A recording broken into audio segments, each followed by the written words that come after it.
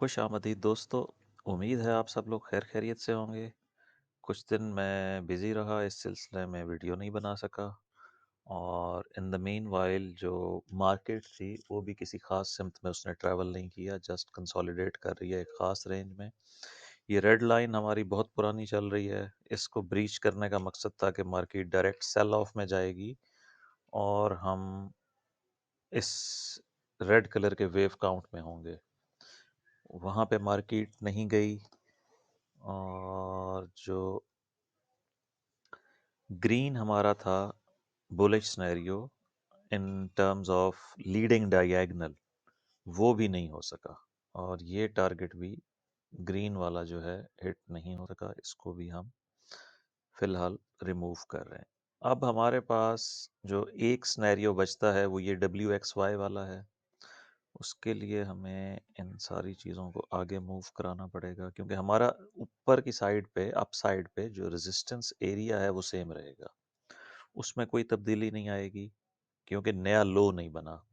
ये जो resistance area हमने क्रिएट किया था, ये वाला 4127 से लेकर 4323 तक, ये इस वाई वेव के लिए था, या आप इसको ABC कह लें। बहरहाल ये जो रेजिस्टेंस एरिया था ये इस लो के अगेंस्ट था 3885। चूंकि नया लो कोई नहीं बना है तो ये रेजिस्टेंस एरिया स्टिल वैलिड है।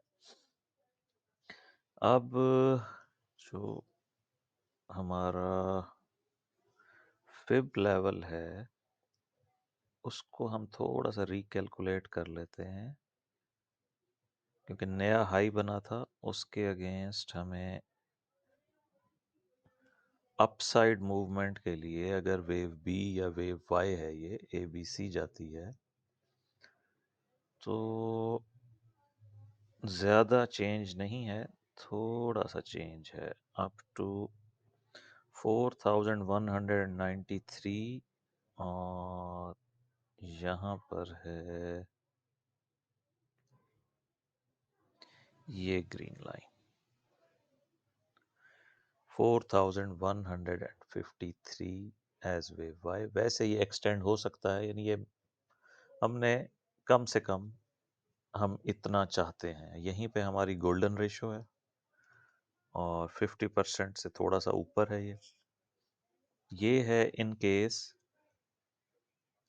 कि हम इसको ABC या WXY, जो भी आपको लेबलिंग पसंद आए उसके मुताबिक ये हमारा टारगेट होगा।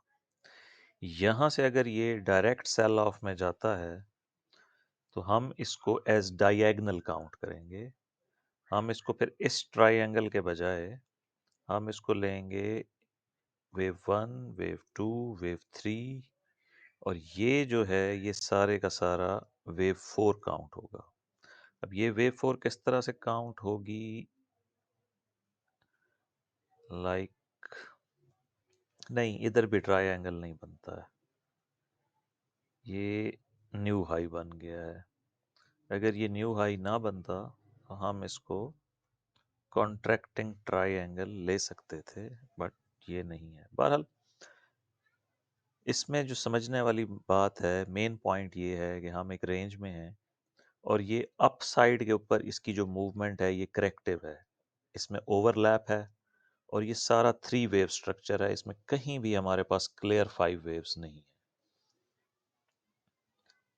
जब हमारे पास क्लियर 5 वेव्स आ जाएंगी और 1-2 सेटअप बनेगा तब हम बुलिश होंगे। इस वक्त अगर प्राइस ऊपर आ जाती है तो हम यहाँ पे इसको एज ए रेजिस्टेंस एरिया ले रहे हैं और हम एक नए लो की तरफ जाने के लिए अपनी एक्सपेक्टेशन को ओपन रखेंगे। मैं आपको डेली चार्ट दिखा देता हूँ।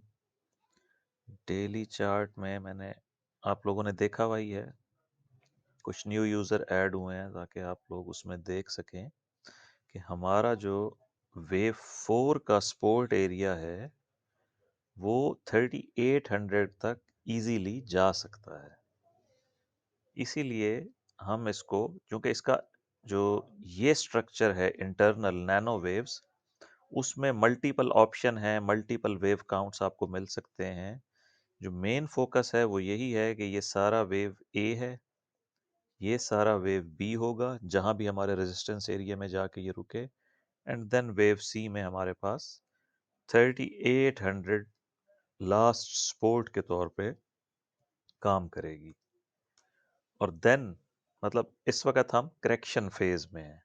जब ये करेक्शन ओवर हो जाएगी तो हमारे पास एक लास्ट वेव या 5 वेव्स, लाइक 1 2 3 4 5 आएंगी, जिसमें हम डिसाइड करेंगे कि ये 5000 अराउंड प्लस कहाँ तक जा सकता है, इसका इंटरनल स्ट्रक्चर क्या बनेगा, वो इसका हम उस वक्त देखेंगे। फिलहाल जो वेव काउंट है डेली चार्ट के ऊपर 3500 पे वेव 3 ने टॉप किया था, side wave consolidation wave 4, and then 1 2 3, और ये हमारा वेव 4 का सपोर्ट, एंड देन हमारे पास वेव 5 जो 5000 या प्लस 5000 पे जाएगी।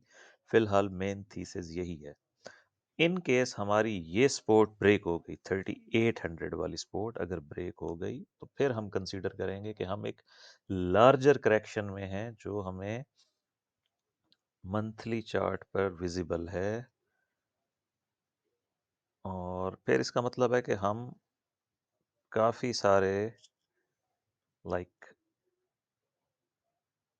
कपल ऑफ मंथ्स या अ होल ईयर फिर हमारा करेक्शन में गुजरने वाला है। उसके मुताबिक ये हमारा मंथली चार्ट है ओनाडा के चार्ट पे, इसमें हम लास्ट 5 वेव्स को कैलकुलेट कर रहे थे यहाँ से, जब हमारा ये 2015 या 16 में जो लोएस्ट पॉइंट था 1046, यहाँ से हमने 1 2 3 वेव्स की थी, ये वेव 4 है और अब ये वेव 5 में है हम। इसका जो सुपर साइकिल है उसकी ये कैलकुलेशन है। और आप देख लें अब ये कौन सा ईयर था, 16, और ये कौन सा था 2015 से लेकर और 25 तक 10 इयर्स में जस्ट ये 3 वेव्स कंप्लीट हुई हैं।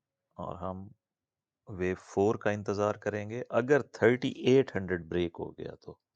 अदरवाइज हम यहीं से वेव 5 करके जब जहाँ भी कंप्लीट होगी 5000 और 6000, और फिर उसके बाद एक मल्टी ईयर्स करेक्शन आएगी जो मार्केट को दोबारा नीचे लाएगी। बट राइट नाउ हम बुलिश हैं, हमें एक और अप चाहिए इस करेक्शन के बाद। या तो यहीं से करेक्शन ओवर हो जाए 3800 पे और एक नया 5 वेव्स इस वाली वेव 5 को कंप्लीट करेगा जो हमारे सुपर साइकिल को कंप्लीट करेगी। और अगर 3800 ब्रेक हो जाता है तो इसको मैं चेक कर लूँ, इसका फिब लेवल 43, ठीक है, इसका ये ठीक है। तो फिर ये मिनिमम 3554 तक प्राइस आ सकती है या इवन 31,122 तक भी जा सकता है। और डीप करेक्शन की सूरत में 2811 है जो फ़िलहाल तो लोगों को अजीब लग रहा होगा, फिजिबल नहीं लग रहा होगा, बट मार्केट आपके कंट्रोल में नहीं है। आप सिर्फ एनालिसिस की बुनियाद पे प्रिकॉशंस ले सकते हैं अपनी बाइंग और सेलिंग की ट्रेड्स का। ठीक है दोस्तों, मिलते हैं कल की वीडियो में।